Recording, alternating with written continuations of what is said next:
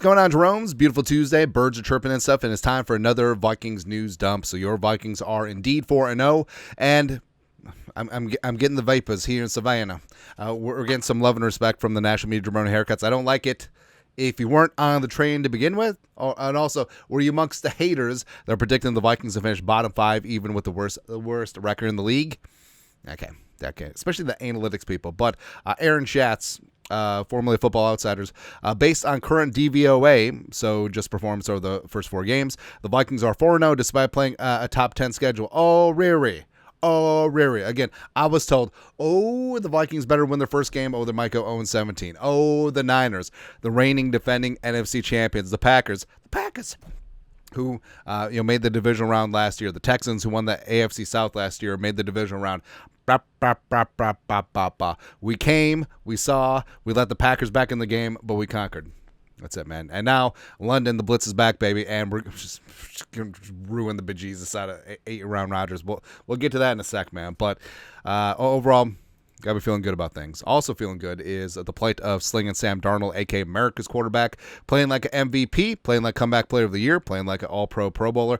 Brandon Laurie, Vikings quarterback Sam Darnold, misspelled slinging, but became the 6th different quarterback to record at least 2 touchdown passes and a pass rating of 105 or higher in each of his team's first 4 games of the season. He joins Tom Brady, Peyton Manning, Aaron Rodgers, Matt 28-3 Ryan, and then Russell Wilson as the quarterbacks. It seems pretty good. All right, so Brady, Manning, Rodgers, and Matt Ryan won the MVP during those seasons. Rodgers allegedly won those MVPs. So, not saying, I'm just saying. Like, the more this drags along, the more that it's not a fluke, and the more that Darnold is not going to regress into a pumpkin. Although, there may come a day that Darnold has an average or even a bad game, and everyone's going to be like, that's the proof. I mean, it could be, hey, Sam Darnold plays all-pro ball through the first, 14 games of the season. Then he's just average against the Bears on Monday Night Football. Then everyone's like, aha, Farrawad. That's what happens, man. People are so fickle, but it's okay. Also, somebody knows on the Jefferson touchdown, which is hilarious. So JJ outside against Nixon, singled up after he went in motion. They're doubling Johnny Munt, which, I don't know.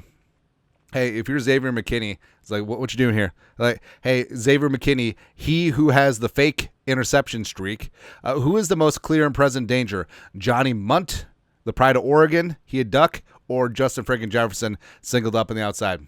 I don't know. No, man. It's kind of funny, though. Something's not funny. So, a lot of Vikings fans are crying in the breast milk right now because of the defense in the second half against the Packers, whatever. But Mark Craig Strib, the purveyor of rational takes, is here. So someone responded to him, I'm concerned about the Vikings defense. They got carved like a turkey. For sure, tackling was horrible. Experienced quarterbacks might be a big problem. Oh, was Brock Purdy a big problem? CJ Stroud? I understand they're young, but they've had experience as a starter. Is that a big deal? Or is it like, look at schedule. A veteran quarterbacks like Aaron Rodgers, Jared Goff. Worried about Jared Goff at the House of Pain, U.S. Bank Stadium, tearing things up. Matthew Stafford with no weapons in the offensive line. That's what you're worried about? Sure. Mark Craig. They did lead 28-0, and half of Green Bay's points came on drives of 3 and 20 yards. Yeah, people don't understand that. I mean, the 96-yard, 5-play touchdown drive stands out, yes, but a lot of the Packers' points came off of short fields, off of the Jalen Nailor muff, and then a couple of turnovers. That happens. 14 of the Vikings' points were set up by takeaways. Concern, a little panic, not. Other teams would beg for what this defense has done through 4 weeks. And also, I mean, you could say that the defense collapsed in the second half. I mean, Byron Murphy, 2 turnovers, key in that fourth quarter, man. So defense is going to be fine. And a lot of people, sort of pissed off because they look at the stats and see, the Vikings defense is 32nd in the NFL right now in passing yards allowed with 1,097. But context is needed. They're also 32nd in passing attempts, 176, because game scripts of the first 4 games have put opponents in must-throw catch-up mode. All right, so Daniel Jones, chucking it. Brock Purdy, trucking, trying to get back in. Texans, same thing second half, nothing doing there. The Packers, obviously, in the second half. So you could say, well, whoa, they could shut them down. Yes. You know how difficult it is to put it on a team for 4 quarters. Stuff. I mean, the Vikings defense is really damn good, but also at a certain point, it's just like, hey, instead of being all up in that ass of that quarterback, maybe we'll just play 2 high safeties and drop 7 and rush 4. Because guess what? Time is the enemy of teams in catch-up mode, right? So I understand that you could call that a prevent defense, but that's just making sure that the offense doesn't get a shot at that big play that gives them momentum to get through. Now, you trade that off for a couple of small and medium plays, but but the Vikings are still 5th in points allowed, 59, 2nd in turnovers generated with 10, 1st in interceptions with 8, and 10th in net yards per attempt at 5.7, which is good as they're reading off the plates. So this is still an elite defense. Plus, you know that Flores is pissed off. So going to bring that heat against Aaron and the Jets. Jets, by the way, have maybe the worst offensive line in the league. Certainly up there, man. Also, hey, trade us Elijah Vera Tucker, you cowards. Yeah. A couple of Vikings returning from injury pretty soonish. Kevin Seifert, ESPN, who's not Carl Gershman. Vikings are still working through when to open the pup practice windows of TJ Hockenson and guard Dalton Reisner, per Kevin O'Connell.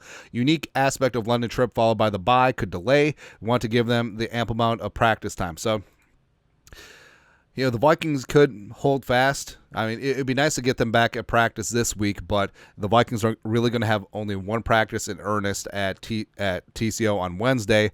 Probably have a walkthrough Thursday morning. They travel Thursday evening /night /afternoon, and then they'll practice in London. Right now, they could practice there, but then you have the bye week next, and it doesn't go by game week; it goes by total days. When you could start things off, against the Lions, start things off Wednesday of Lions week, then you have 3 full weeks into the Rams and the Colts game to determine if they're up for snuff. Now, I understand Hockenson back week 7 against the Lions at home. Revenge game against Dirty Kirby Joseph as former team. I get that, but like O'Connell said, practice was really important, especially these guys coming on, Reisner with the back and Hockenson with the ACL. Conditioning is a big factor there, confidence as well. So, I mean, could it be the Rams Thursday night game or the Colts game week 9 before they return? Maybe even later. It's possible. But either way, looking forward to these two come back because Hockenson, top 3 tight end, he's not 3, and Reisner adding some depth. Really important. Also important is Ivan Pace Jr., who's missed the last 2 games with the ankle injury. Kevin O'Connell's Alcalus, Vikings head coach Kevin O'Connell and linebacker Ivan Pace Jr. hope to have IP back this week. He was close against the Packers. Now, Kamagruja Hill has done more than okay in his place. 2 straight games with the interception. Fantastic in coverage. He's a great veteran linebacker. And, Pace, he's very disruptive. And also I think that he will help the Vikings running game, run defense when he does return. So it'll be good to go. And then you got the Jets. So Jets mess. That's what the Jets are right now. How do you lose? Honestly, how do you lose to Bo Nix and the Broncos where Bo Nix throws for 60 yards? This is like Tebow time. It's ridiculous, man. But Rodgers feuding with Jets head coach Rob Saleh. The offense is disjointed. The Jets offensive line is terrible. Weapons aren't crap. Garrett Wilson is being wasted with this old man. And Rodgers had 4 different opportunities to win the game for the Jets on Sunday, and he couldn't do it. He made the Broncos look like the Orange Crush Broncos defense. I mean, they're fine. They ain't anything to write home about. But this is the look of a man who's about to retire after the London game and just quit full on. Antonio Brown just deuces, I'm out, and then go to a dark cave and smoke crack. That's what he's gonna do. That's what he's gonna do, man. And I can't wait because it took a couple of games, but he's definitely jetsing right now. It's great. Also great is the Vikings looking really damn good. Now, I'm not as smart as I portray myself to be. And I don't really get into the full minutia of EPA and all that stuff. All I know is that if you're in the top right quadrant of most of these graphs, you're good to go. So in terms of, all right, so NFL team tiers, win probability 30 to 70% regular weeks 1 through 4, playoffs none, downs 1 through 4, quarters all. So I don't know what this means. But defensive EPA, the Vikings are up there at minus 0.3, and offensive EPA up there at 0.6. So points per play or something like that. expected points added. Sure, either way, I know it's good to be up there. I know it's bad to be on the bottom left. So there you go. Also, with it being Jets week, so another plug for my favorite book. I'm currently re-listening to it right now, but Collision Low Crossers by Nicky Dawidoff. He spent the year embedded with the 2011 Jets. So draft, free agency. They also had the lockout that year, training camp and into the season. And it's really cool seeing the preparation week to week of the coaching staff and the team. Jets ended up 8-8 that year. I mean, Sanchez was whatever.